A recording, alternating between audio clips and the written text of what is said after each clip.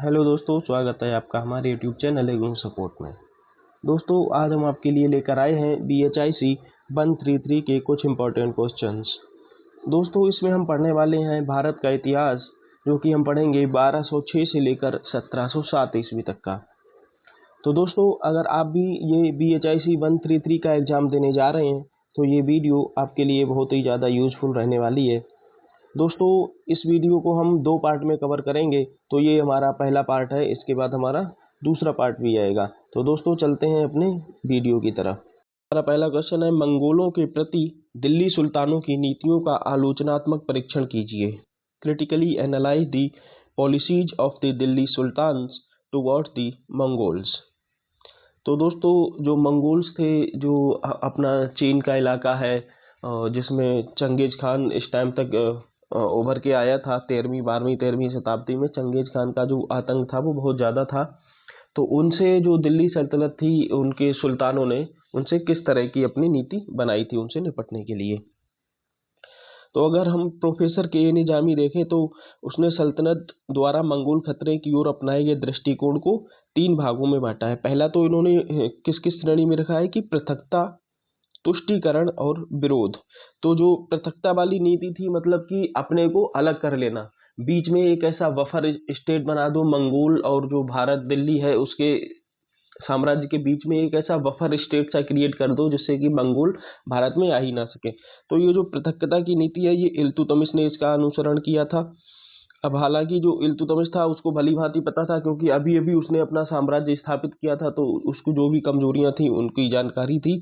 इसीलिए उसने क्या किया था, पृथकता की नीति का अनुसरण किया था।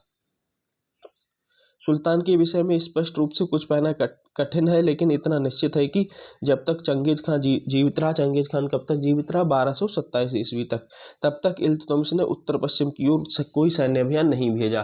क्योंकि उसको पता था कि अगर हम उत्तर पश्चिम की ओर सैन्य अभियान भेजेंगे तो निश्चित ही हम उनके मंगोलों के संपर्क में आ जाएंगे, और अगर एक बार मंगोल चंगेज खान हमारे यहाँ आ गया तो वो बहुत ही ज्यादा साम्राज्य के लिए खतरनाक साबित होगा।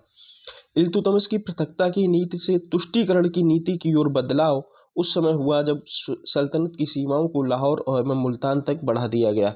जैसे ही चंगेज खान की मृत्यु हो गई तो जो मंगोलों का खतरा था, हालांकि वो पूरी तरह से खत्म नहीं हुआ, लेकिन उसकी जो इंटेंसिटी थी, जो तीव्रता थी, वो कम हो गई थी।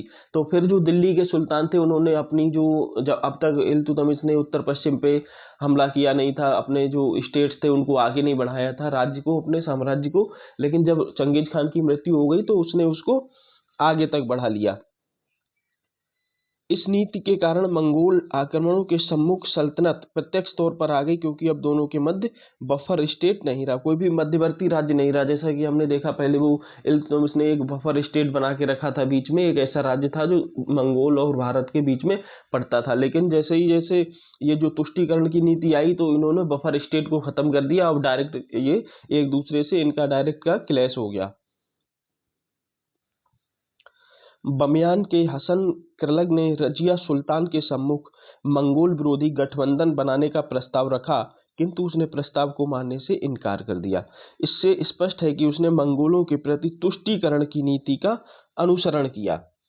दिल्ली सल्तनत की नीति में विशेष परिवर्तन बलबन के शासनकाल में हुआ। कुल मिलाकर ये विरोध का समय था। तो जो रजिया सुल्तान थी उसने किसकी नीति अपनाई थी, तुष्टीकरण की। उसके बाद जो विरोध की नीति थी वो किसने अपनाई, वो बलबन ने। तो इस तरह से हम देखते हैं कि जब इल्तुतमिश था तो उसने मंगोलों के प्रति जो पृथकता की नीति का अनुपालन किया। रजिया सुल्तान थी, उसने तुष्टीकरण की नीति अपनाई, और जो बलबन था उसने विरोध की नीति अपनाई। बलबन अधिकतर समय दिल्ली में ही रहा, उसकी मुख्य ताकत मंगोलों को रोकने में ही लगी रही, और उसने उनको ब्यास नदी से दूर रखने में सफलता भी प्राप्त की। तो जो बलबन था उसने ब्यास नदी से इस बार मंगोलों को नहीं आने दिया, उसने लगातार युद्ध किया मंगोलों के साथ में। बलबन ने मंगोलों के विरुद्ध बल एवं कूटनीति दोनों का प्रयोग किया। ब्यास नदी के पार मंगोलों के विस्तार को रोकने के लिए भटिंडा, सुनाम, समाना, ये जो किले थे इनकी मरम्मत कराई गई थी और इनको मजबूती प्रदान करी गई थी।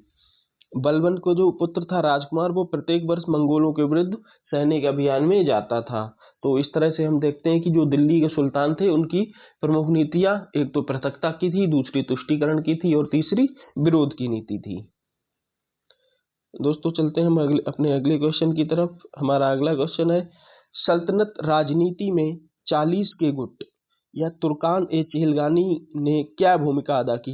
तो दोस्तों ये जो 40 का गुट था इसको चालीसा भी बोलते थे और इसको बंदे चहलगानी भी बोलते थे या बंदगान ए चहलगानी भी बोलते थे। मूलतः इसको तुर्कान ए चहलगानी के नाम से जाना जाता है। तो दोस्तों देखते हैं इसके बारे में। जो तुर्कान ए चहलगानी 40 तुर्क गुलाम अधिकारियों के समूह का निर्माण जो है वो किसने किया था? इल्तुतमिश ने किया था। तो तुर्कान ए चहलगानी का निर्माण किसने किया था? इल्तुतमिश ने।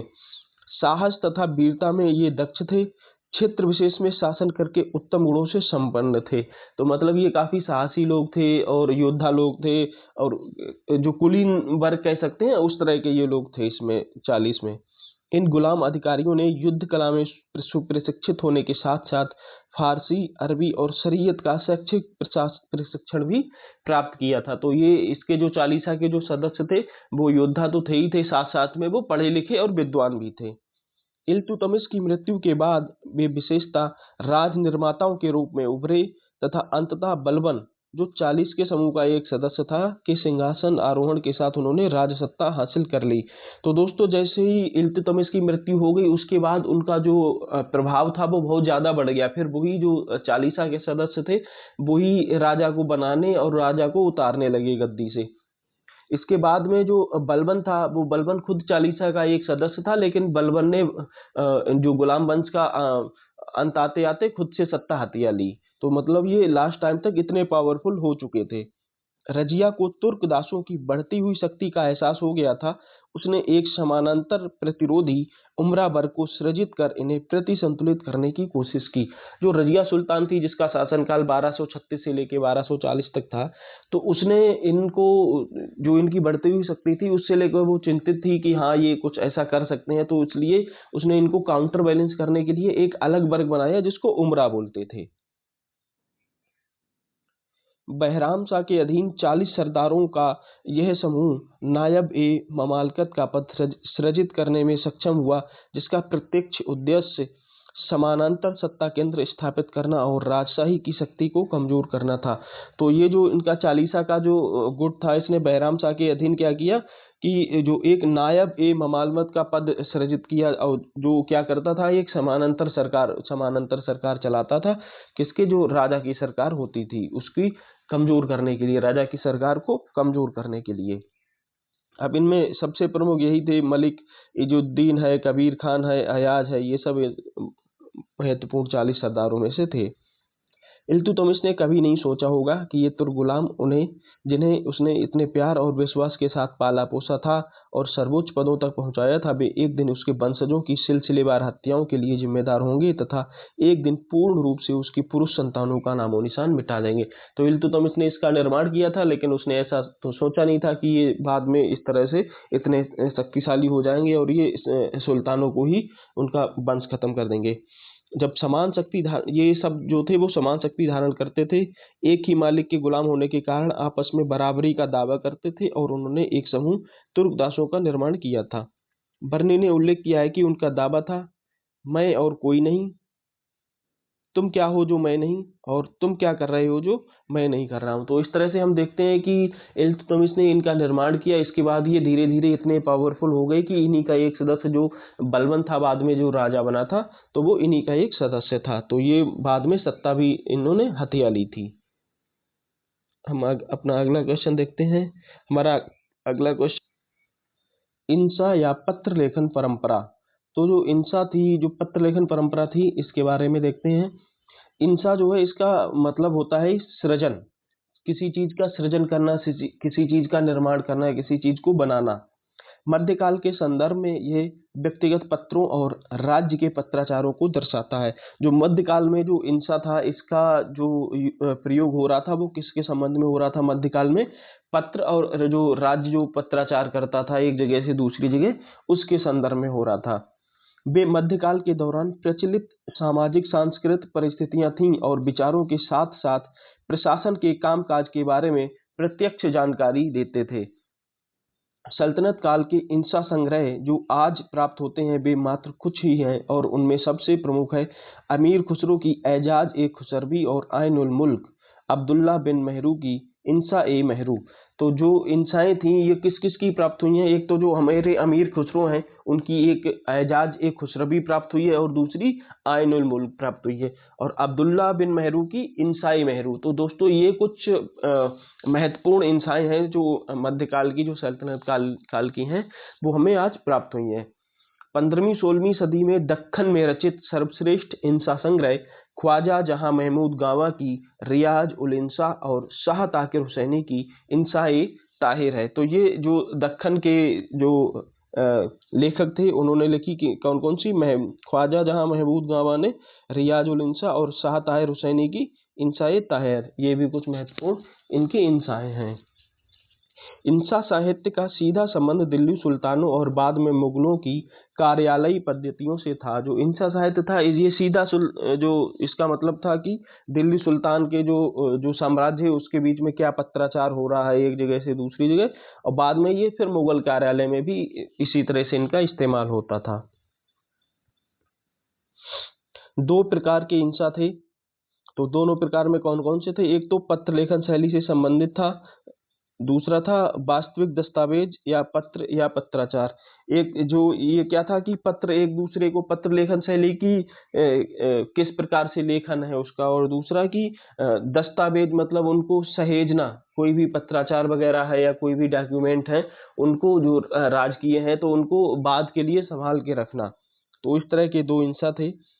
जहां अमीर खुसरो की इंसा लेखन शैली की अत्यधिक अलंकृत है, वहीं इंसा ए मेहरू अपेक्षाकृत सरल रूप में लिखी गई है।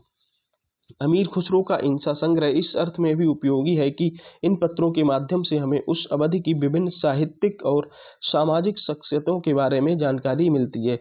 तो जो अमीर खुसरो का इंसा है उससे हमें क्या किस किस की जानकारी मिलती है? जो उस समय का जो साहित्य था, उस समय की जो सामाजिक शख्सियतें थी, मतलब लोग कैसे थे या उनका सामाजिक संगठन किस तरह का था, इसके बारे में जानकारी भी मिलती है। ये किस किस पे और जानकारी देता है? समकालीन प्रशासन, सामाजिक आर्थिक परिस्थितियां और उस समय की धार्मिक और साहित्यिक परंपराओं, तो इनकी भी थोड़ी बहुत जानकारी इससे हमें मिलती है। इंसाई मेहरू मेहरू के व्यक्तिगत पत्राचार का एक संग्रह है। उनके विशेष रूप से महत्वपूर्ण पत्र वह हैं जो उन्होंने फिरोज शाह तुगलक के शासनकाल के दौरान मुल्तान के गवर्नर के रूप में लिखे थे। तो जो इंसाई मेहरू है उसमें जो मेहरू के व्यक्तिगत पत्र हैं उनको शामिल किया गया, और उन पत्रों में जब वो गवर्नर थे मुल्तान के, तो वो जो दिल्ली का सुल्तान फिरोज शाह तुगलक था उस समय, तो उसको जो पत्र लिखते थे उनका संग्रह किसमें है? इंसाई मेहरू में किया गया है। विजयनगर शासन के अधीन स्थानीय प्रशासन की कार्यप्रणाली की संक्षेप में चर्चा कीजिए। तो दोस्तों जो विजयनगर साम्राज्य है इससे बहुत ज्यादा क्वेश्चंस आते हैं, तो इसमें केवल स्थानीय प्रशासन ही नहीं, इसमें आपको विजयनगर साम्राज्य का उदय कैसे हुआ, ये कब कब स्ट्रांग बना, इसके जो राजा थे वो सबसे शक्तिशाली या सबसे महान राजा कौन थे इस जो वंश के, बहमनी शासकों ने विजयनगर शासकों को अपनी शक्ति के प्रमुख केंद्र तुंगभद्रा से दूर प्रायद्वीप के पूर्व और पश्चिम की ओर विस्तार करने के लिए विवश किया। शुरू में विजयनगर शासकों को रायचूर और तुंगभद्रा दोआब में बहमनी शक्ति को दबाने में मुश्किल उठानी पड़ी, क्योंकि बहमनी शासकों की वारंगल स्थित राजकुंडा के बेलमाओं के साथ संधि थी। तो जो शुरुआत के बहमनी शासक थे, इन्होंने जो विजयनगर के शासक थे उनको थोड़ा सा परेशान किया। इन परिस्थितियों में विजयनगर को उत्तर की ओर बढ़ने से रोका एवं उसे दक्षिण में तमिल क्षेत्र तथा प्रायद्वीप के पूर्व और पश्चिम में विस्तार करने के लिए विवश किया। तो दोस्तों हुआ क्या था, जो बहमनी साम्राज्य था वो विजयनगर साम्राज्य के ठीक उत्तर में था। तो उस टाइम जो बहमनी शासक थे उनकी संधि थी जो राजकुंडा के बेलमा थे उनके साथ में। तो इस वजह से जो विजयनगर के शासक थे वो उत्तर की ओर अपना साम्राज्य विस्तार नहीं कर पाए। फिर उन्होंने क्या किया, अपना थोड़ा साम्राज्य विस्तार वो दक्षिण की तरफ किया, पूर्व और पश्चिम की तरफ उसको किया। 1336 से 1422 के मध्य मुख्य संघर्ष विजयनगर एवं बहमनी शासकों के मध्य हुए। इसमें तेलुगु चोड़ा सरदारों ने बहमनी शासकों का और राजकोंडा के बेलमाओं एवं राजामुंड्री के रेड्डियों ने विजयनगर का साथ दिया। इसके बाद की जो सिचुएशन थी वो पलट गई और फिर इनके दो गुट बन गए। 1422 से 1446 के दौरान रायचूर दोआब के अधिग्रहण को लेकर विजयनगर और बहमनी शासकों के मध्य संघर्ष छिड़ा, जिसमें विजयनगर की हार हुई। इसने शासकों को मुस्लिम तीरंदाजों तथा अच्छी नस्ल वाले घोड़ों को अपनी सेना में शामिल करने के लिए उसके पुनर्गठन के लिए विवश किया। तो जब विजयनगर की हार हुई तो उसके बाद क्या था, इन्होंने अपनी जो सेना थी उसकी कमजोरी पे ध्यान दिया। तो इन्हें लगा कि हमारी सेना में जो घोड़े हैं, उनकी तीरंदाज हैं और घोड़े हैं वो अच्छे नहीं है, तो इन्होंने उस पर फिर काम किया। अब विजयनगर के जो महानतम शासक थे वो कौन थे? राजा कृष्णदेव राय, जिनका कार्यकाल कब से कब तक था? 1509 से लेकर 1529 तक था। इस अवधि में बहमनी शक्ति का पतन हुआ, जिसके फलस्वरूप 5 राज्यों का उद्भव हुआ। अहमदनगर में निजाम शाही, बीजापुर में आदिल शाही, बरार में इमाद शाही, गोलकुंडा में कुतुब शाही और बीदर में बरीद शाही। तो दोस्तों ये आप पांचों जो रियासतें थी इनको याद रखिएगा कि कहाँ पे कौन किसका शासन था। जैसे अहमदनगर में निजाम शाही थी, बीदर में बरीद शाही थी, कई बार इनको भी पूछ लेता है। बहमनी सल्तनत के विघटन की ओर अग्रसर होने के कारण कृष्णदेव राय को बीजापुर के आदिल शाहियों से कोविलकोंडा और रायचूर तथा बहमनी शासकों से गुलबर्गा एवं बीदर प्राप्त करने में सहायता मिली।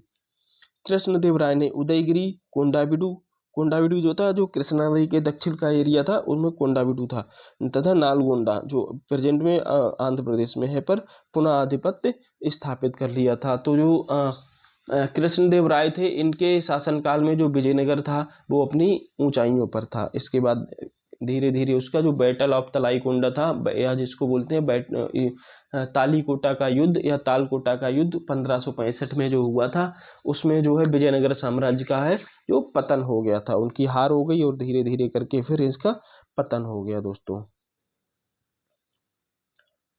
हमारा अगला क्वेश्चन है, दक्कन में बहमनी राज्य के उदय और सुदृढ़ीकरण का वर्णन कीजिए।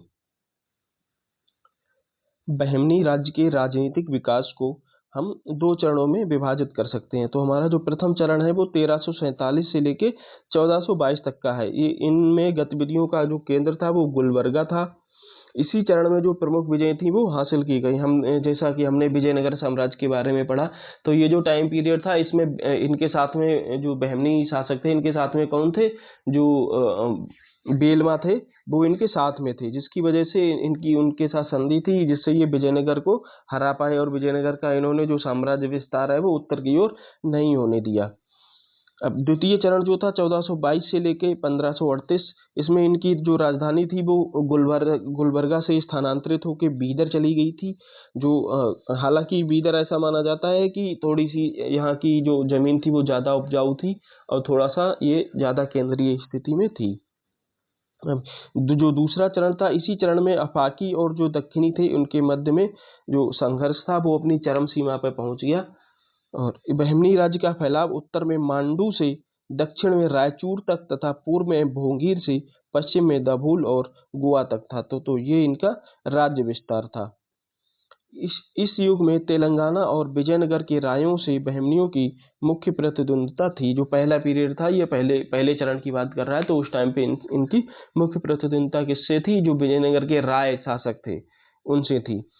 शीघ्र ही 14वीं शताब्दी के उत्तरार्ध में बहमनी शासक को विजयनगर के पक्ष में गोवा से हाथ धोना पड़ा। फिर जैसे जो 14वीं सदी का उत्तरार्ध आया तो उसमें क्या हुआ कि जो विजयनगर साम्राज्य था उसने इनसे गोवा वगैरह को छीन लिया था। 1422 से 1538 के मध्य की अवधि की विशेषता राजधानी का गुलबर्गा से भीतर स्थानांतरित होना है, ये हमने पढ़ लिया। यह केंद्र में और सामरिक महत्व की स्थिति में था। 3 भाषाई क्षेत्रों मराठी, कन्नड़ और तेलुगु का यहाँ संगम होता था। तो जो हमारा बीदर था उसमें 3 भाषाओं का जो संगम उसको मान सकते थे। इसमें कौन कौन सी भाषाएं थी? मराठी, कन्नड़ और तेलुगु। इस अवधि में वारंगल को बहमनी राज्य में मिलाया गया। गुजरात के विरुद्ध युद्ध में बहमनी शासकों की हार का मुख्य कारण अमीरों के 2 गुटों दक्खनियों और अफाकियों के मध्य आंतरिक संघर्ष था। दक्खनियों ने बहमनी शासकों के साथ विश्वासघात किया। तो दोस्तों जो गुजरात में था, बहमनी शासकों के ने गुजरात में युद्ध किया था जिसमें उनकी हार हुई थी। तो इसका मुख्य कारण माना जाता है कि इनको जो कुलीन वर्ग था, जिसमें दक्खनी और अफाकी, ये दो वर्गों में इनका बट गया था और उनमें इनमें फिर आपस में संघर्ष हो रहा था, जिसकी वजह से इसका जो नुकसान है वो हमारा बहमनी साम्राज्य को देखने को मिला। दोस्तों हमारा अगला क्वेश्चन है, एकता की परिभाषा दीजिए। मुक्ति इक्तादार की शक्तियों तथा कार्य क्या थे? तो ये क्वेश्चन भी आपका मोस्ट इम्पॉर्टेंट क्वेश्चन है, ये कंटिन्यू एग्जाम्स में पूछा जाता है। तो देखते हैं, चलिए एकता क्या थे। तो जो एकता थे, एकता एक भूमि अनुदान था एवं उसका प्राप्तकर्ता मुक्ति का या बलि कहलाता था। तो एकता जो था वो एकता क्या था, भूमि अनुदान था, और उसको जिसको एकता दिया जाता था उसको क्या बोलते थे, मुक्ति या बलि। तो ये तो इसके अर्थ रहे। अपने साम्राज्य के सुदृढ़ीकरण के लिए तुर्की सुल्तानों ने अपने अमीरों को नगद वेतन के स्थान पर राजस्व अधिकार, एकता जिसको राजस्व भूमि अनुदान का आवंटन किया। जो तुर्की सुल्तान थे, जो दिल्ली सल्तनत के सुल्तान थे, इन्होंने क्या किया था कि इनके जो कुलीन थे, इनको ये नगद वेतन ना देके इनको भूमि एक अनुदान के रूप में देते थे, और उनको बोलते थे कि आप वहां से अपनी सेना रखो, उसको ऑपरेट करो, उसका जो खर्चा आए वो आप किससे लो, आपको ये भूमि दी जा रही है, यहाँ से आप राजस्व वसूल करो, उससे आप अपनी वहाँ पे सेना मेंटेन करो, उस एरिया का जो प्रशासन है उसको चलाओ, और उसके बाद में जो एक्स्ट्रा राजस्व है वो हमारे लिए दो, और युद्ध वगैरह में जब भी जरूरत पड़े तो आप अपनी सेना हमारे लिए दो। तो इस तरह का ये जो भूमि अनुदान था उसको बोलते थे हम एकता। और जो जिनको दिया जाता था जो कुलीन वर्ग को, उसको बोलते थे बलि या मुक्ति। अपने एकता से कर वसूल करके अपने सैनिकों को वेतन देते थे और स्वयं अपने खर्च के लिए निश्चित राशि ले लेते थे। बचे हुए अतिरिक्त राजस्व, जिसको फवाजिल बोलते थे, को केंद्रीय सरकार को भेज देते थे। एकता एक अरबी शब्द है और प्रारंभिक इस्लामी राज्यों में ये व्यवस्था अपनाई गई थी। राज्य की सेवा करने के पुरस्कार के रूप में ये एकते दिए जाते थे। जो प्रारंभिक जो इस्लामी व्यवस्था थी, तो उसमें एकता जो थे वो राज्य की, जो कोई अगर सेवा कर रहा है तो उसको पुरस्कार के रूप में दिए जाते थे। लेकिन इस टाइम तक आते आते इनका स्वरूप थोड़ा सा बिगड़ गया था। एकता के अनुदान का अर्थ भूमि पर अधिकार देना नहीं था, ये अनुदान वंशानुगत भी नहीं था। तो जो एकता वाली भूमि थी वो ऐसा नहीं था कि किसी को भूमि अनुदान दे दिया तो वो उस पे उसका हक हो गया। तो ये केवल वो उस टाइम पीरियड के लिए दी, किसी पर्टिकुलर टाइम पीरियड के लिए दी जाती थी, और ये टेम्परेरी थी, अस्थाई तरह से दी जाती थी। और ये वंशानुगत भी नहीं थी कि अगर एक कोई इक्तेदार है उसके बाद में उसके पुत्र को भी वो दी जाएगी। हालांकि ऐसा होता था कि इनका समय समय पे एक एकता से दूसरे एकताओं में ट्रांसफर भी होता रहता था, जो इक्तेदार थे उनका।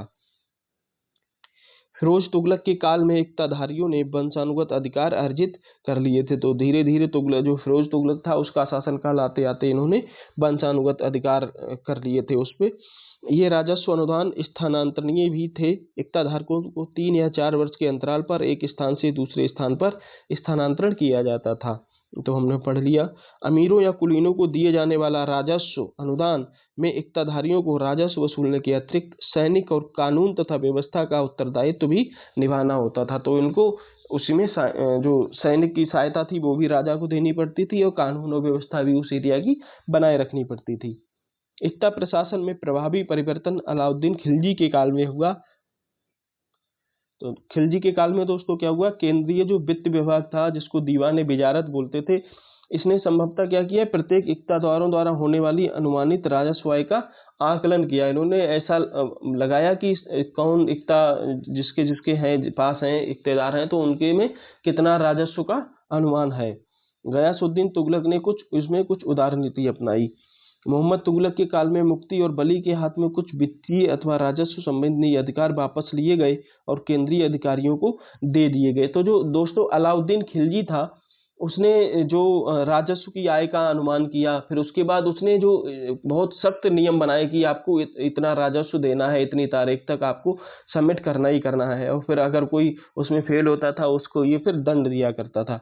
हालांकि उसके बाद जो गयासुद्दीन तुगलक आया, तो उसने थोड़ी सी उदार नीति अपनाई कि हाँ ठीक है, अभी अगर कहीं सूखा पड़ गया, अकाल पड़ गया, तो वो कम भी दे सकता था। उसके बाद मोहम्मद बिन तुगलक, जो मोहम्मद तुगलक आया, जिसको मोहम्मद बिन तुगलक भी बोलते हैं, उसने थोड़े से अधिकार इनसे ले लिए थे, और जो अपने केंद्रीय अधिकारी थे उनको ये अधिकार दे दिए थे।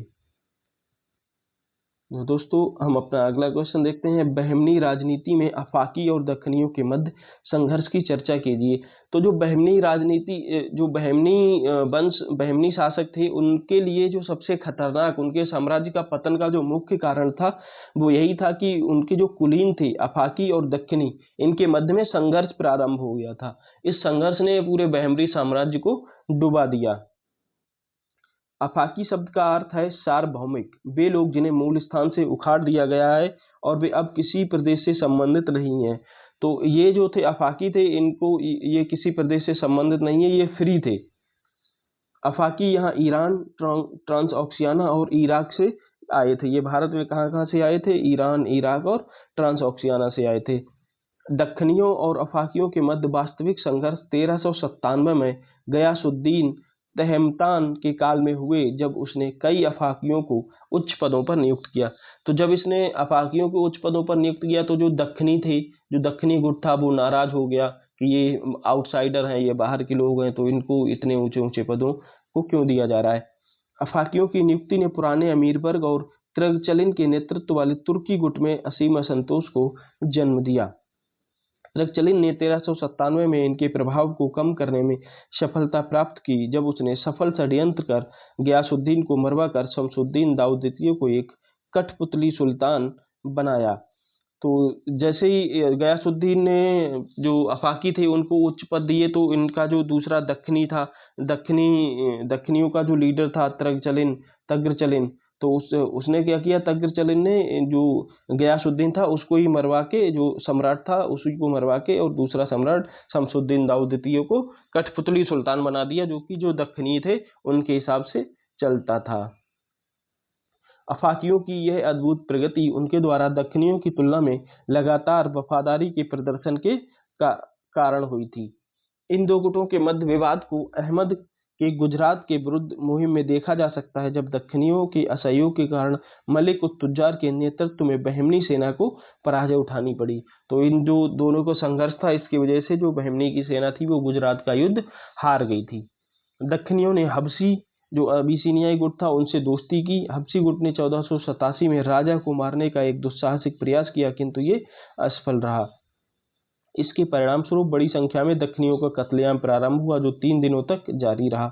इन गुटों के झगड़ों ने केंद्र को कमजोर कर दिया था। तो दोस्तों ये जो अफाकी और दक्खनी थे, इनके जो जो झगड़े थे, इनके मध्य में जो संघर्ष हुआ था, उसकी वजह से जो बहमनी की जो केंद्रीय सत्ता थी उसका अस्तित्व लगभग खत्म हो गया, और बाद में बहमनी साम्राज्य का विघटन हो गया था। बहमनी साम्राज्य का विघटन किसमें हुआ था? 5 रियासतों में हुआ था। दोस्तों 5 रियासतें कौन कौन सी थी? गोलकुंडा, बीदर, बरार, अहमदनगर और बीजापुर। तो दोस्तों चलते हैं, तो हमारा अगला क्वेश्चन है, दिल्ली सुल्तानों के केंद्रीय प्रशासन पर एक टिप्पणी लिखिए। तो दोस्तों जो दिल्ली सल्तनत थी उनका केंद्रीय प्रशासन किस तरह का था, उनकी जो केंद्र में जो सत्ता थी वो किस तरह से उसको मैनेज करते थे, तो इसके बारे में हमें इसमें पढ़ना है।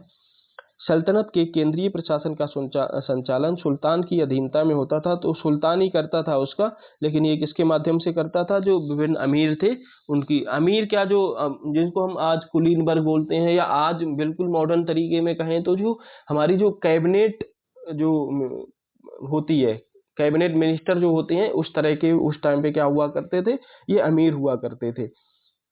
शाही राज दरबार, इसमें क्या क्या था? जो इनका जो केंद्रीय प्रशासन था उनमें एक तो था शाही राज दरबार या राज परिवार। ये वह स्थान था जहां सुल्तान के द्वारा राज्य के समस्त कार्यों को संपन्न किया जाता था।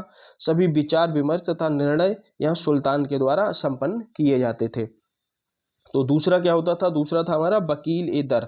इस पे पूरे महल या राज परिवार की देखभाल का उत्तरदायित्व था। तो जो वकील ए दर था, इस पे पूरे राज परिवार की देखभाल करने का उसका जिम्मा था। सुल्तान के जो निजी कर्मचारी थे उनके वेतन भत्ते आदि को बांटना भी इसी का काम था, वकील ए दर का। दूसरा था हमारा अमीर ए हाजिब, मुख्य शाही प्रबंधक, जिसे बारवेग के तौर पर भी जाना जाता था। शाही दरबार के समारोहों और शिष्टाचारों का इसके ऊपर उत्तरदायित्व था। तो दोस्तों ये जो टर्म्स हैं ये आपको याद ही रखनी पड़ेंगी, इनका सच कोई वो है नहीं, ये आपको रट के ही जानी पड़ेंगी।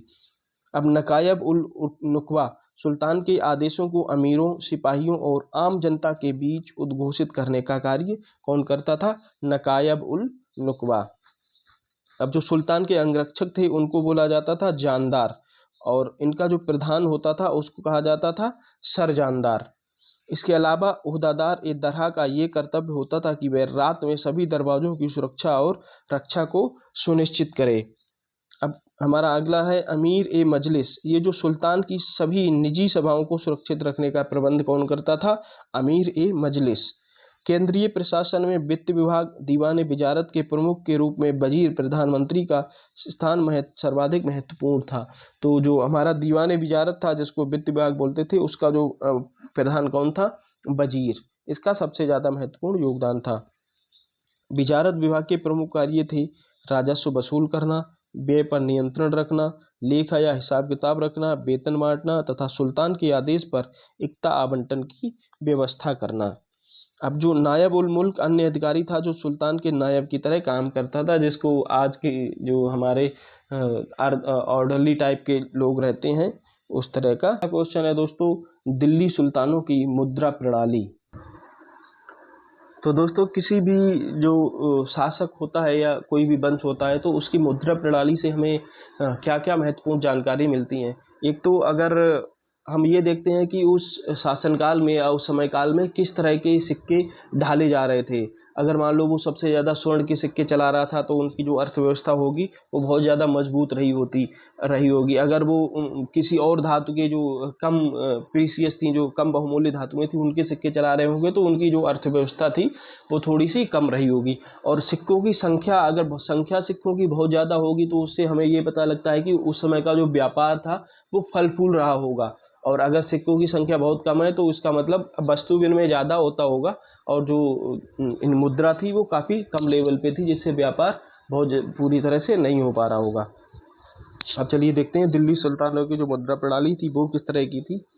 दिल्ली सल्तनत की स्थापना के साथ ही मुद्रा अर्थव्यवस्था में बहुत वृद्धि हुई, जो विशेष रूप से 14वीं शताब्दी के पूर्वार्ध में बढ़ी। तो 1350 के आसपास जो था, जो मुद्रा व्यवस्था है उसमें बहुत ज़्यादा वृद्धि हुई। दिल्ली सल्तनत की स्थापना के उपरांत बड़ी मात्रा में सोने, चांदी और तांबे के सिक्कों को जारी करना इसी भारतीय अर्थव्यवस्था के मुद्रीकरण की एक सहवर्ती प्रक्रिया थी। तो जैसे दिल्ली सल्तनत की जो स्थापना हुई उसके बाद उन्होंने बड़ी संख्या में सोने, चांदी और तांबे के सिक्के जारी किए थे। अब जो मुद्रा के मानकीकरण का श्रेय वो किसे दिया जाता है? इल्तुतमिश को दिया जाता है। इसका जो शासनकाल था जो 1210 से लेकर 1236 तक था। मानकीकरण का दोस्तों अर्थ क्या होता है? इसका मानकीकरण का अर्थ होता है कि कोई सिक्के हैं तो उनको किस अनुपात में उनका एक्सचेंज रेट रहेगा। मान लो सोना है तो सोने का एक सिक्का जो रहेगा वो किस वजन का रहेगा, किस क्वालिटी का रहेगा, उसमें सोना है वो कितने परसेंटेज का रहेगा, उसका आकार क्या होगा। इसके अलावा सोने और चांदी के सिक्के का जो एक्सचेंज रेट है वो क्या रहेगा, सोने के एक सिक्के के बराबर में चांदी के कितने सिक्के मिलेंगे। तो ये सारे किसने निर्धारित किए थे? जो मानक थे वो निर्धारित किए थे इल्तुतमिश ने। उसने सोने और चांदी के सिक्के चलाए, उनको टंका बोलते थे, और जो तांबे के थे वो सिक्के उनको क्या बोलते थे? जीतल बोलते थे। अब उसने जो सोने के, चांदी और सोने के मध्य में क्या अनुपात जो निर्धारित किया वो था 1:10 का। इसमें अगर सोने का एक सिक्का है तो आपको चांदी के 10 सिक्के देने पड़ेंगे सोने का एक सिक्का लेने के लिए।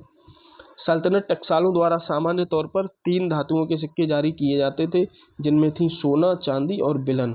अब जो बिलन होता था वो क्या था? चांदी की जो तांबा था उसमें थोड़ी सी चांदी मिला दी जाती थी। बंगाल द्वारा प्रेषित सोना व चांदी 13वीं सदी के दौरान सिक्कों की ढलाई का मुख्य स्रोत था। तो जो सोना और चांदी बंगाल से आता था तो इस टाइम पे जो 13वीं शताब्दी थी उसमें वही सिक्कों को बनाने का प्रमुख स्रोत था।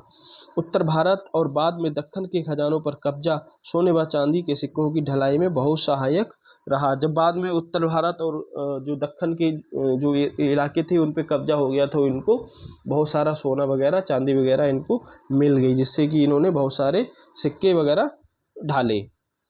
सल्तनत की टकसालों ने न केवल सरकारी कोष के लिए सिक्के जारी किए बल्कि निजी व्यापारियों द्वारा लाए गए सोने, चांदी और विदेशी सिक्कों को भी मुद्रांकित किया। तो ये क्या करते थे? केवल अपने ही सिक्के जारी नहीं करते थे, जबकि कोई व्यापारी वगैरह है वो भी अगर सिक्के बना के ला रहा है, उसके पास भी सोना चांदी है, तो उसके लिए भी ये सिक्के उस पर अपनी मोहर लगा देते थे और बोलते थे हाँ ये आपके सिक्के हो गए।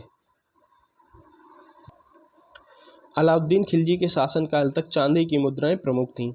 गयासुद्दीन तुगलक के शासनकाल से सोने और बिलन की तुलना में चांदी के सिक्कों की संख्या में गिरावट हुई। मोहम्मद तुगलक के अधीन सोने के सिक्के चांदी के सिक्कों पर छा गए और फिरोज तुगलक के अधीन चांदी के सिक्के लगभग लुप्त ही हो गए। तो जो मोहम्मद तुगलक था, इसने तो क्या किया था, इसने तो पेपर करेंसी वगैरह भी चलाई थी। हालांकि वो बहुत ज़्यादा टोकन करेंसी चलाई थी, वो बहुत ज़्यादा इसकी सक्सेसफुल हुई नहीं और इसको बाद में उसको बंद करना पड़ा। लेकिन धीरे धीरे आते आते क्या हुआ, फिरोज तुगलक के टाइम तक आते आते जो चांदी के सिक्के थे वो लगभग पूरी तरह से खत्म हो गए। फिर 15वीं शताब्दी में बिलन सिक्के प्रचलन में प्रभावी रहे, क्योंकि लोधी शासकों द्वारा अन्य सिक्के जारी नहीं किए गए। फिर जो लोधी वंश था उन्होंने बहुत ज़्यादा सिक्के जारी नहीं किए, तो जो बिलन जिसमें क्या होता था, जो तांबा था उसमें थोड़ी सी चांदी मिला के इनको बनाया जाता था, उसी के सिक्के बाद में चलते रहे थे। हम अगले क्वेश्चन की तरफ चलते हैं। 13वीं से 15वीं शताब्दियों में भक्ति आंदोलन के उदय के कारणों का परीक्षण कीजिए। तो दोस्तों, जो उत्तर भारत था उसमें लगभग 14वीं से 17वीं शताब्दी के बीच जो भक्ति आंदोलन था, ये इसका उदय हुआ और इससे क्या है, बहुत बड़ी संख्या में लोग प्रभावित हुए थे। अब तुर्कों के आक्रमण के पहले उत्तर भारत के सामाजिक क्षेत्र पर राजपूत ब्राह्मण गठबंधन का वर्चस्व था, जो किसी भी प्रकार के गैर ब्राह्मण आंदोलन के सख्त खिलाफ थे। तुर्कों के आक्रमण के साथ इस्लाम का भी आगमन हुआ और इससे ब्राह्मणों की शक्ति और प्रतिष्ठा को धक्का पहुंचा। तो जैसे जैसे जैसे तुर्कों का आक्रमण हुआ तो जो ब्राह्मण वगैरह थे उनकी थोड़ी सी शक्ति कम हुई, और इससे पहले तो उनकी शक्ति बहुत ज़्यादा थी। तो ये लोग मतलब जो गैर ब्राह्मण आंदोलन थे उनको कुछ चलने नहीं देते थे। लेकिन जैसे तुर्कों ने आक्रमण कर दिया, तुर्कों का अधिकार हो गया दिल्ली पे, तो इसके बाद में बहुत सारे आंदोलन थे वो भक्ति आंदोलन सामने आए। इस प्रकार निरीश्वरवादी आंदोलनों के उदय का रास्ता साफ हो गया। इन आंदोलनों ने जाति विरोधी और ब्राह्मण विरोधी सिद्धांत अपनाए। इन्होंने क्या, इन जाति प्रथा का विरोध किया था। इन्होंने जो ब्राह्मण जो अनुष्ठान वगैरह पाखंड कराते थे, आडंबर कराते थे, उन सब का इन्होंने विरोध किया। इन्होंने बहुत सारी जो सामाजिक एक्चुअली जो धर्म की कुरीतियां थी उनका विरोध किया था। ये जो भक्ति आंदोलन थे इन्होंने। अब इनमें जो भक्ति आंदोलन के जो नायक थे उनमें कौन कौन थे? कबीर थे, धन्ना थे, नानक जी थे, गुरु नानक जी, पीपा जी थे। तो ये सब लोग भक्ति। क्वेश्चन देखते हैं। सल्तनत काल के प्रमुख सूफी सिलसिलों की सूची बनाइए। चिश्ती सिलसिले की लोकप्रियता के क्या कारण थे? तो दोस्तों, सल्तनत काल में जो सूफी सिलसिले थे वो बहुत सारे सिलसिले भारत में आए। ये मुख्यतः ईरान वाला जो एरिया था वहाँ से ये भारत में आए। तो ये सूफी जो संत थे ये रहस्यवादी संत थे, थोड़े उदारवादी टाइप के लोग थे। ये भारत में आए, इन्होंने भारत में अपने सिलसिले स्थापित किए और इनमें जो प्रमुख सिलसिले थे वो 2-3 ही सिलसिले प्रमुख थे। बाकी और भी सिलसिले थे, हालांकि जो बहुत ज़्यादा इन्होंने अपना भारत में कार्य क्षेत्र बनाया वो सिलसिले केवल 2 ही थे, जिसमें सोहरावर्दी और चिश्ती सिलसिला प्रमुख हैं। इसके अलावा एक बहुत सारे सिलसिले थे, वो उनके बारे में इतने ज़्यादा महत्वपूर्ण नहीं है, तो हम इन्हीं दोनों सिलसिले के बारे में प्रमुख रूप से आज पढ़ेंगे। तो पहले पढ़ते हैं हम सोहरावर्दी सिलसिला। तो सोहरावर्दी सिलसिला सल्तनत काल का प्रधान सूफी सिलसिला था। भारत में जो इसके संस्थापक थे वो उनको माना जाता है शेख बहाउद्दीन जकरिया को माना जाता है। वह खुरासान के थे और जो शिहाबुद्दीन सोहरावर्दी थे उनके ये शिष्य थे। और जो शिहाबुद्दीन सोहरावर्दी थे उन्होंने बगदाद, जो कि आज का ईरान का एरिया है, वहाँ पे जो इनका सिलसिला था उसकी शुरुआत करी थी। अब इन्होंने जो शेख बहाउद्दीन जकरिया थे इन्होंने अपनी गतिविधि का केंद्र बनाया था किसको? मुल्तान और जो सिंध का एरिया था। उस समय दिल्ली का सुल्तान इल्तुतमिश था, पर मुल्तान पर उसके प्रतिद्वंदी कुवाचा का आधिपत्य था। तो जो शेख बहाउद्दीन जकरिया थे उन्होंने जो कुवाचा का जो प्रशासन था उसकी कड़ी आलोचना करी थी। अब इल्तुतमिश और जो मुल्तान का सुल्तान जो था कुवाचा, इसके बीच में बहुत सारे संघर्ष हुए। तो इन संघर्षों में जो शेख बहाउद्दीन जकरिया थे, जो सोहरावर्दी सिलसिला के संस्थापक थे, उन्होंने खुले रूप से किसका समर्थन किया था? इल्तुतमिश का किया था। अब सल्तनत वही पंजाब, सिंध और बंगाल सोहरावर्दी गतिविधि के 3 प्रमुख केंद्र रहे थे। विद्वानों की आम राय यह है कि सोहरावर्दी सूफियों ने हिंदुओं को इस्लाम धर्म अपनाने को प्रेरित किया और इसमें उन्हें शासक वर्ग की सहायता मिली, ऐसा लोग मानते हैं। लेकिन कुछ लोग ऐसा भी मानते हैं कि ये ऐसा नहीं था। लेकिन इस दृष्टि में सोहरावर्दी और चिश्ती सूफियों में जमीन आसमान का फर्क था। चिश्ती सूफियों ने धर्म परिवर्तन करना और अपनी शिक्षाओं का लक्ष्य नहीं बनाया था। तो ऐसा मानते हैं कि जो सोहरावर्दी थे उन्होंने थोड़ी बहुत लेवल तक जो धर्म परिवर्तन था उसको फोकस किया था, लेकिन जो चिश्ती थे, चिश्ती संप्रदाय के लोग थे, चिश्ती सिलसिले के लोग थे, उन्होंने धर्म परिवर्तन को अपनी शिक्षाओं का केंद्र नहीं बनाया था।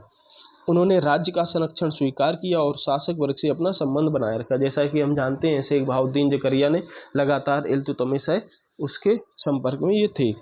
समकालीन चिश्ती संतों के विपरीत उन्होंने व्यवहारिक नीति अपनाई और काफ़ी संपत्ति इकट्ठी की। ये लोग जब राजा से संपर्क रखते थे तो राजा फिर इन्हें दान वगैरह भी देता था, जिससे इनके पास बहुत ज़्यादा संपत्ति इकट्ठी हो गई थी। दोस्तों, हमारा दूसरा महत्वपूर्ण सिलसिला है वो है चिश्ती सिलसिला। सल्तनत काल में चिश्ती संप्रदाय का विकास 2 चरणों में हुआ।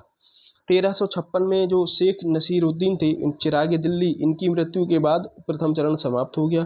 जो दूसरा चरण था उसकी शुरुआत 15वीं से 16वीं शताब्दी में हुई थी। अब भारत में जो सूफी संप्रदाय है, इनमें सबसे ज़्यादा जो लोकप्रिय संप्रदाय है वो क्या, चिश्ती सिलसिला ही था। इसका जो प्रारंभ है वो कहाँ हुआ था, हेरात में हुआ था। और हमारा जो सोहरावर्दी सिलसिला था उसकी जो शुरुआत कहाँ हुई थी, वो बगदाद में हुई थी। ख्वाजा मोइनुद्दीन चिश्ती ने भारत में इस संप्रदाय की स्थापना की। तो और हमारे सोहरावर्दी सिलसिले की स्थापना किसने करी थी, शेख बहाउद्दीन ज़करिया ने। अब ये जो ख्वाजा मोइनुद्दीन चिश्ती थे वे गौरी के आक्रमण के समय भारत में आए थे और 1206 में वे अंतिम रूप से अजमेर में बस गए और उन्हें मुसलमानों और गैर मुसलमानों सभी का आदर प्राप्त हुआ। तो जैसा कि हम आज भी देखते हैं कि जो अजमेर की जो ख्वाजा मोइनुद्दीन चिश्ती की दरगाह है उस पर आज भी बहुत बड़ी संख्या में हिंदू और मुस्लिम दोनों तरह के लोग जाते हैं। कई दंत कथाओं में उन्हें इस्लाम धर्म के उत्साही प्रचारक के रूप में दर्शाया गया, पर असलियत ये है कि उन्होंने धर्म परिवर्तन में कभी सक्रिय हिस्सा नहीं लिया और गैर मुस्लिमों के प्रति उनका दृष्टिकोण उदारवादी था। तो जो सोहरावर्दी थे उन्होंने हालांकि थोड़े बहुत लेवल तक जो धर्म परिवर्तन था उसको अपनी शिक्षाओं का केंद्र बनाया था, लेकिन जो चिश्ती थे उन्होंने धर्म परिवर्तन को बिल्कुल भी अपना जो शिक्षाएं थी उसका केंद्र नहीं बनाया और उन्होंने जो अपना दृष्टिकोण है वो दूसरे धर्मों के प्रति उदारवादी ही रखा था। दिल्ली में ख्वाजा कुतुबुद्दीन बख्तियार काकी जो ख्वाजा मोइनुद्दीन चिश्ती के उत्तराधिकारी थे। फिर दिल्ली में कौन आए थे, ख्वाजा कुतुबुद्दीन बख्तियार काकी। तो इन्हीं की जो याद है या इन्हीं के उसमें जो हमारा इल्तुतमिश था, जो कुतुबुद्दीन ऐबक था, उसने कौन सी जो मस्जिद थी उसका मीनार थी उसका निर्माण कराया था, कुतुब मीनार। उसका निर्माण जो कुतुबुद्दीन बख्तियार काकी थे इन्हीं की याद में कराया था। शेख मोइनुद्दीन चिश्ती के एक दूसरे खलीफा शेख हमीनुद्दीन नागौरी ने राजस्थान के नागौर में अपनी गतिविधि का केंद्र बनाया था। उन्होंने शासन से जुड़े लोगों के साथ संबंध नहीं रखा, वह शुद्ध रूप से शाकाहारी थे। तो ये जो ख्वाजा मोइनुद्दीन चिश्ती थे इन्होंने क्या है, राजाओं से ज़्यादा संपर्क नहीं रखा। दिल्ली में जो बख्तियार काकी था इसके खलीफा राजा फरीदुद्दीन मसूद उनके उत्तराधिकारी बने। बैगज शंकर या बाबा फरीद के नाम से जाने जाते थे। तो ख्वाजा कुतुबुद्दीन बख्तियार काकी के उत्तराधिकारी या उनके जो थे वो कौन बने, बाबा फरीद। उन्होंने शासक और अमीर वर्ग से कोई संबंध नहीं रखा। नाथपंथी योगी उनकी खानकाह में आकर रहस्यवाद के स्वरूप पर बहस किया करते थे। तो दोस्तों, खानकाह क्या थी, ये जो सूफी जहाँ रहा करते थे इनकी जो शिक्षाओं का केंद्र था, या जिसको हम लेमन्स लैंग्वेज में आश्रम बोलें, उसको क्या कहा जाता था, खानकाह कहा जाता था। पंजाब में उनकी लोकप्रियता का सबसे बड़ा परिणाम ये है कि उनकी मृत्यु के 300 वर्ष बाद भी उनके पदों को 1604 में सिखों के 5वें गुरु अर्जन देव द्वारा आदि ग्रंथ में संकलित किया गया है। तो दोस्तों, इनकी जो जिनके जो पद थे वो इतने सेकुलर थे कि इनको बाद में जो सिख धर्म के 1604 में गुरु अर्जन देव ने उसको गुरु ग्रंथ साहिब को कंपाइल किया, तो इसमें इनके भी पदों को रखा गया है दोस्तों। और इनकी खानका वगैरह थी वो जो किसी संप्रदाय विशेष से ऐसा बहुत ज़्यादा संपर्क नहीं रखती थी। इसमें नाथपंथी योगी वगैरह थे, ये सब आके जो अपना वाद विवाद किया करते थे।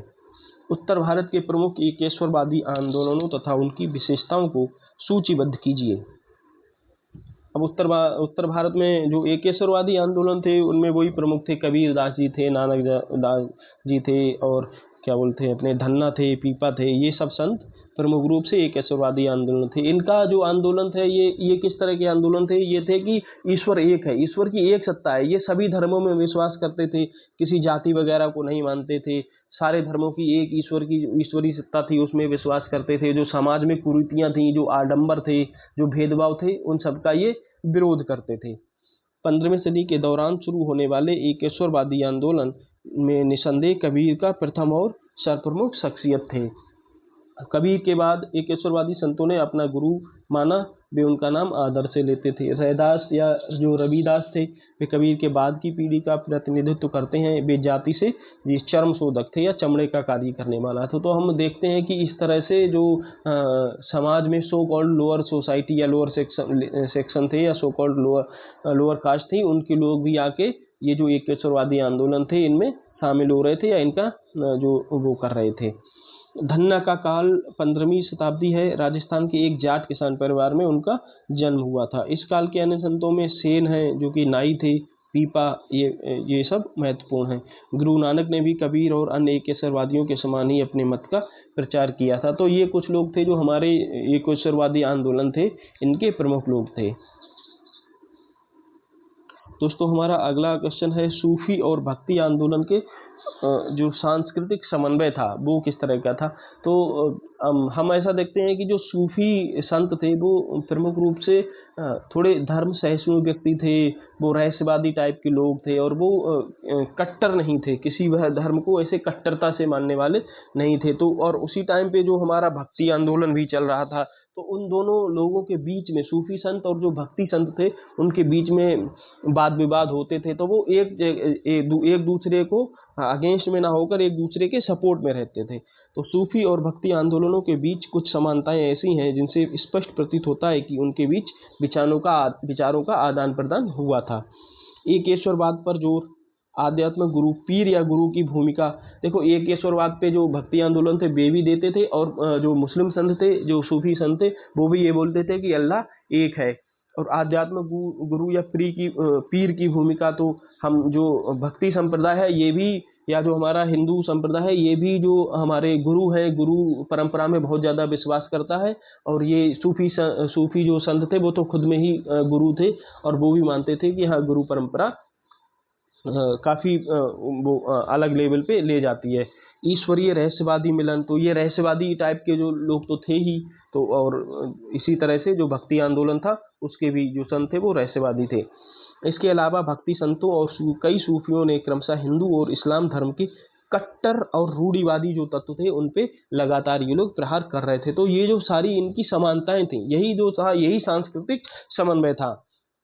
कश्मीर में स्थापित ऋषि सिलसिला, ये जो ऋषि सिलसिला था, ये जो सूफी सिलसिला था, ये मुस्लिम सिलसिला था लेकिन इसका नाम था ऋषि सिलसिला। तो इससे हमें क्या पता चलता है कि इनके जो सूफी आंदोलन थे इस पे भक्ति आंदोलन का काफ़ी प्रभाव था।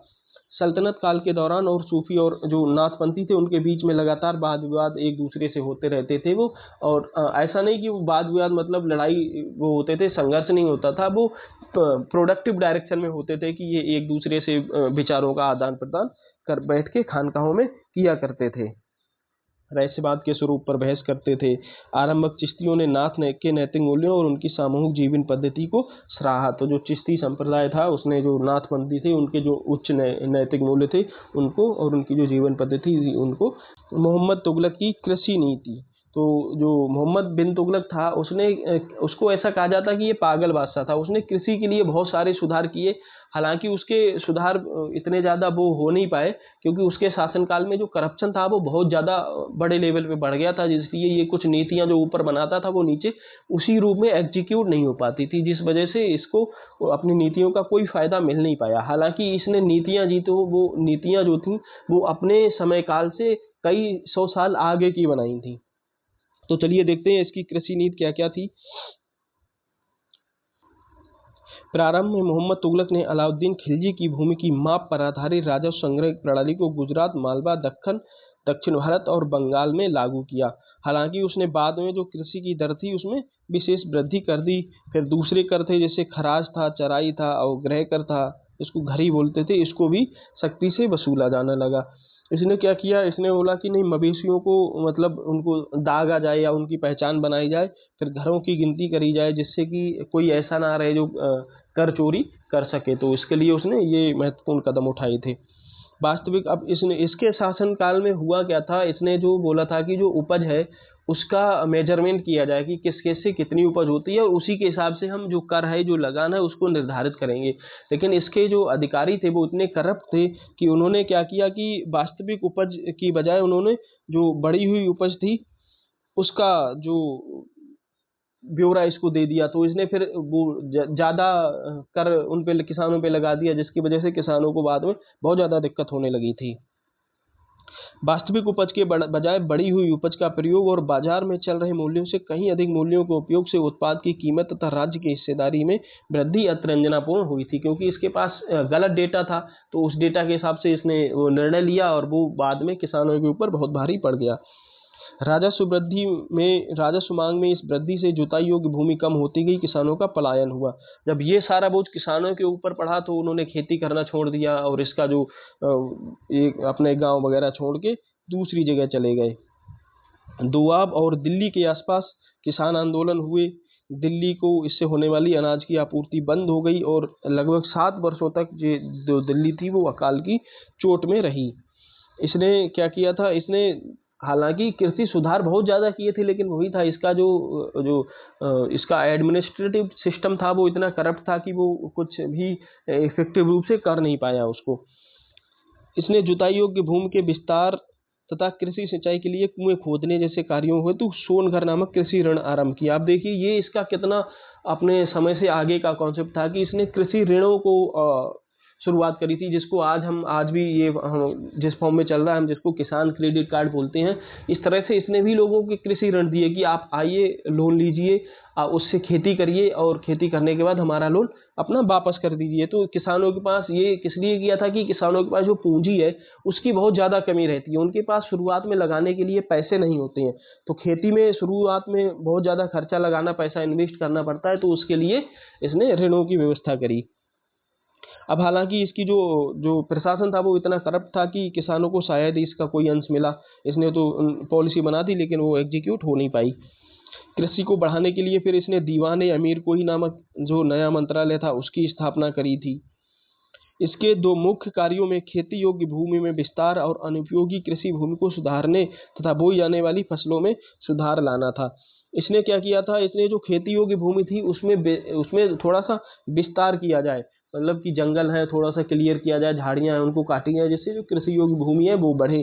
फिर जो बंजर भूमि है वो पड़ी है तो उसको थोड़ा सा सिंचाई वगैरह करके और जुताई वगैरह करके उसको उपयोगी भूमि में तब्दील किया जाए। ये इसके प्रमुख सुधार थे। इसने फिर ये भी सर्वे कराया कि गेहूं के स्थान पर गन्ना उगाओ, गन्ने के स्थान पर अंगूर और खजूर, इसकी कृषि की जानी चाहिए। यार मतलब ये कंटिन्यूस ये ट्राई करता रहा था कि किस तरह से अपनी जो साम्राज्य की कृषि है उसको बेहतर बनाया जा सके। लेकिन इसकी जो प्रशासन की वजह से इसकी जो पॉलिसियां थी वो इफेक्टिव, इसकी जो नीतियां थी वो प्रभावी रूप से कार्यान्वित नहीं हो सकी। तो हम चलते हैं अपने अगले क्वेश्चन की तरफ। हमारे दिल्ली सुल्तानों का राजस्व प्रशासन किस तरह का था? संभवतः पुरानी कृषि और भूमि कर व्यवस्था ही जारी रही इस टाइम पे। अंतर ये आ गया था कि केंद्र में भूमि के अधिशेष उत्पादन पर अधिकार करने वाला वर्ग बदल गया था। बर्नी है वो हमें 3 ग्रामीण अभिजात या उच्च वर्गों के विषय में बतलाता है।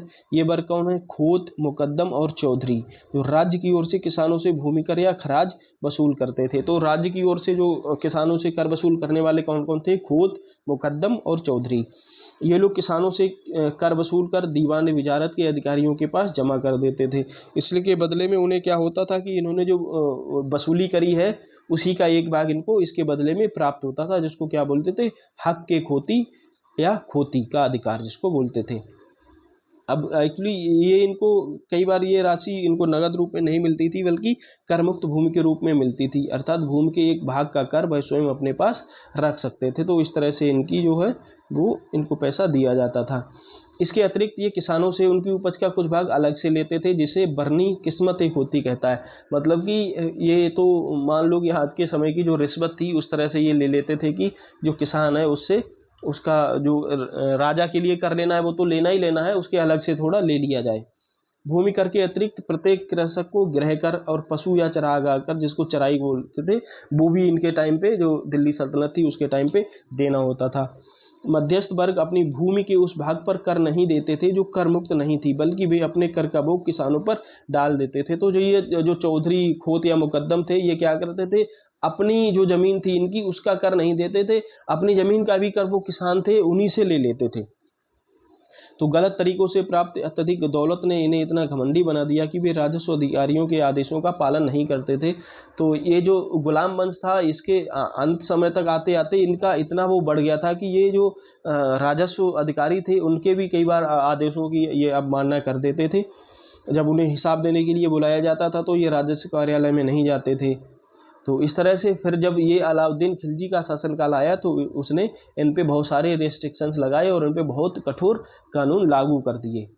शायद चौधरी सीधे कर इकट्ठा करने की व्यवस्था से जुड़ा हुआ नहीं था, क्योंकि इब्न बतूता के अनुसार चौधरी जो था भाई कई सौ गांवों के जो परगने थे उनका प्रमुख माना जाता था। तो इस तरह से ये दिल्ली के जो सुल्तान थे उनकी राजस्व की नीतियाँ थीं। हमारा अगला क्वेश्चन देखते हैं। 13वीं शताब्दियों में 13वीं-14वीं शताब्दियों में किन कारणों से नगरीकरण की प्रक्रिया सुगम और त्वरित हुई? तो जो सल्तनत कालीन काल था उसमें हमारे जो नगर थे वो किस तरह से उनका विकास हुआ उसके बारे में हमें इसमें पढ़ना है। समकालीन ग्रंथों में जिन प्रमुख नगरों का विवरण मिलता है वे हैं दिल्ली जो राजधानी थी, मुल्तान, अनिलवाड़ा, खंभात, कड़ा, लखनौती और दौलताबाद जिसको देवगिरी बोलते हैं। लाहौर एक बड़ा शहर था, परंतु 13वीं शताब्दी के मंगोल आक्रमणों के बाद इसका ह्रास हुआ और ये 15वीं शताब्दी में दोबारा से ये अपनी सम्मानजनक स्थिति में आ गया था। प्रारंभिक चरणों में तुर्क आक्रमणकारी अपने घुड़सवारों के साथ अपने इक्ताओं के मुख्यालयों में रहने लगे। फिर आरंभिक अवस्था में इक्ता मुख्यालय में मुक्ति, उनके घुड़सवार, उन पर निर्भर अन्य वर्ग, नौकर चाकर और उन सभी के परिवार केंद्रित थे और ये एक बड़े सैनिक शिविरनुमा शहर में रहते थे। तो दोस्तों अगर हम इसको लेमन्स लैंग्वेज में समझें तो जो एक तो राजा था जो राजधानी में रहा करता था, तो राजा था उसके आसपास उसके जो कर्मचारी थे उसके सेवक थे उन सब की बस्तियां बस गईं। तो अब वहाँ पे कोई राजा खेती तो करेगा नहीं, राजा की सेवा करने वाले लोग थे वो भी खेती नहीं करेंगे। तो वो क्या थे जो गांव थे उनसे अधिशेष उत्पादन पे ही डिपेंड रहते थे। तो वहाँ पे वो फिर धीरे धीरे करके शहर बन गए। दूसरे इनके जो जो मुक्ति होते थे जिनको ये खेती देते थे वो सारे राजधानी में तो रहते नहीं थे, उनका जो प्रशासन था वो प्रांतों में दूर दूर का उनका वो था। तो वहाँ पे जहाँ पे ये लोग रहते थे तो वो भी विलासितापूर्ण जिंदगी जीते थे। तो उनके आसपास भी जो उनके सेवकों का उनके जो विश्वास पात्र लोग थे उनका जो जमावाड़ा होता गया और धीरे धीरे करके वहाँ ये लोग कृषि वगैरह में तो इन्वॉल्व थे नहीं, तो वो धीरे धीरे करके आगे चल के शहर बनते गए। तो इस तरह से जो हमारी 13वीं और 14वीं शताब्दी थी उसमें नगरीकरण का विकास हुआ। और इसमें क्या था कि जो हमारी इस टाइम तक जो ईरान से ये जो तुर्क लोग आए थे ईरान इराक से, तो वहाँ की जो स्थापत्य कला थी वो भी इनके साथ में आई। तो इन्होंने जो घर वगैरह थे जो महल वगैरह थे वो बनाना शुरू कर दिए थे। तो इस तरह से इनकी जो स्थापत्य कला थी वो थोड़ी विकसित हो गई थी और इस स्थापत्य कला के विकसित होने से इनके जो शहरों का निर्माण था उसमें बहुत ज़्यादा इनको मदद मिली। व्यापारीगण शहरों की आवश्यकताओं की आपूर्ति करते थे जिससे व्यापार का ऐसा सिलसिला चला हमें जिसे प्रेरित व्यापार कहते थे। तो मान लो कहीं पे ये सारे लोग विलासितापूर्ण जिंदगी तो जीते ही थे, राजा और उनके जो कुलीन थे जो मुक्ति बली थे, तो इनको जो विलासिता की चीजें लाने के लिए देने के लिए जो व्यापारी थे उन्होंने अपना वहां पे व्यापार शुरुआत कर दी। उस काल के मानदंडों के अनुसार इस वर्ग के पास अपार संसाधन थे, अतः वे इनसे अपनी रुचि के अनुसार आराम और विलासिता की वस्तुएं प्राप्त करना चाहते थे। इसलिए इस्लामी संस्कृति के केंद्रों से अप्रवास को प्रोत्साहन मिला। एक भिन्न सांस्कृतिक पृष्ठभूमि से आने वाले इस नए शासक वर्ग की आराम और विलासिता की आवश्यकताएं भी भिन्न थीं। वे फारसी कविता और गाने, विभिन्न प्रकार के नृत्य, किताबें, पहनने के लिए रेशमी कपड़े तथा मेहराबी न कि पत्थरों से निर्मित स्थूल का भवन निर्माण चाहते थे। तो ये सब चीज़ें अब इनके आसपास में इकट्ठी होने लगी। जब इनको ये सब चीज़ें चाहिए थी तो ये सब चीज़ें इनके कारीगर, इनको बनाने वाले, इन काम करने वाले ये सब इकट्ठे होने लगे और धीरे धीरे करके शहरों का निर्माण हुआ। अप्रवासी कुशल कारीगरों ने संभवतः नई तकनीकी का प्रयोग किया, जैसे घर बनाए इन्होंने और शहरों का विकास हुआ। समय के साथ साथ भारतीय कारीगरों में भी नए शिल्पों के विषय में सीखा। फिर धीरे धीरे करके जो भारत के कारीगर थे वो भी नए नए विषय